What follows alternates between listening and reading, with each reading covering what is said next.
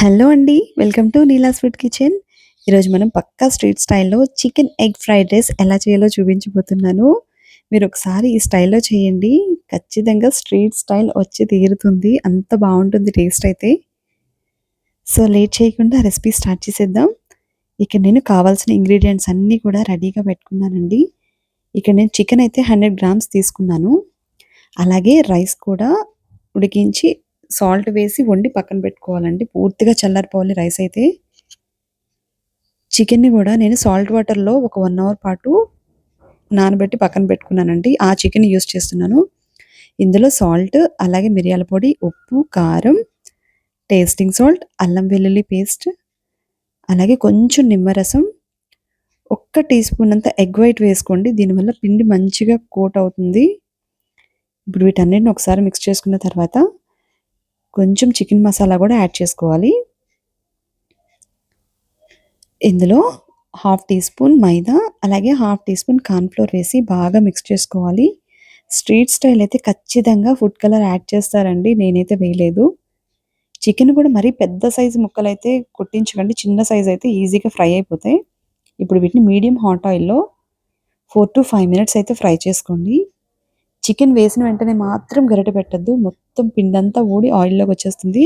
So, జాగ్రత్తగా చూసుకొని fry చేసుకోండి. చూడండి 5 మినిట్స్ తర్వాత మన చికెన్ అయితే పర్ఫెక్ట్‌గా కుక్ అయిపోయింది. ఇప్పుడు వీటిని ఒక ప్లేట్‌లో తీసి పక్కన పెట్టేసుకుందాం. ఇవి మరీ పెద్ద సైజ్ అయితే చిన్న ముక్కలుగా కట్ చేసుకోండి మీరు ఫ్రై అయిన తర్వాత.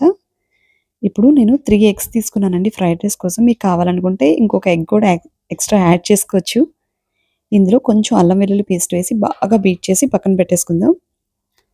ఇప్పుడు ఫ్రైడ్ రైస్ కోసం నేను పాన్‌లో ఒక 2 టేబుల్ స్పూన్‌ల ఆయిల్ వేసి బాగా వేడైన తర్వాత మాత్రమే ఎగ్ వేయాలి గుర్తుపెట్టుకోండి. ఎగ్ వేసిన తర్వాత ఆపకుండా ఒక్క 20-30 సెకండ్స్ కలిపితే సరిపోతుంది. మరీ ముక్కలుగా చేయకండి ఎగ్‌ని. కొంచెం పెద్ద సైజుగా ఉంటేనే బావుంటుంది ఎగ్ అయితే. ఎగ్ ఫ్రై అయిన తర్వాత ఇందులో సన్నగా కట్ చేసిన క్యాబేజ్, అలాగే బీన్స్, క్యారెట్, క్యాప్సికమ్ ఈ 4 కూడా ఈక్వల్ క్వాంటిటీలోనే తీసుకోండి. అలాగే మనం ఫ్రై చేసుకున్న చికెన్ కూడా వేసుకొని 2 నిమిషాలు హై ఫ్లేమ్‌లో ఆపకుండా ఫ్రై చేసుకోవాలి. 2 మినిట్స్ బాగా ఫ్రై అయిన తర్వాత ఇందులో 1 బై 1 సాసెస్ అన్నీ యాడ్ చేసుకోవాలండి. మీరు చైనీస్ ఐటెమ్స్ ఎప్పుడైనా సరే హై ఫ్లేమ్‌లోనే టాస్ చేసుకోవాలి. ఇప్పుడు మనం ఉడికించి పెట్టుకున్న రైస్ ఉంది కదా! పూర్తిగా చల్లారిపోయిన తర్వాత వేసుకోవాలి. ఇక్కడ నేను రైస్ 200 గ్రామ్స్ వేస్తున్నానండి.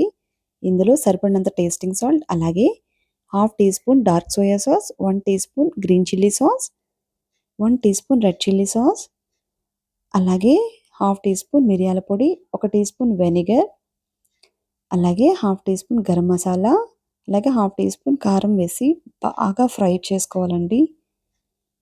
ఈ సాసెస్ అన్నీ వేసిన తర్వాత కలుపుతూనే ఉండాలి. అప్పుడే మన రైస్‌కి పర్ఫెక్ట్‌గా సాసెస్ అన్నీ పడతాయి.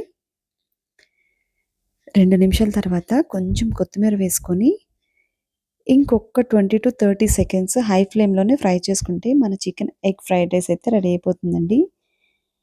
సన్నగా కట్ చేసిన ఆనియన్స్, నిమ్మరసం పిండుకొని తింటే అద్దిరిపోతుంది గదా! సో, ఈ రెసిపీ గనక మీకు నచ్చినట్లయితే ప్లీజ్ లైక్ చేయండి, షేర్ చేయండి, కామెంట్ చేయండి. అలాగే సబ్స్క్రైబ్ చేయడం మాత్రం మర్చిపోకండి. Thank you.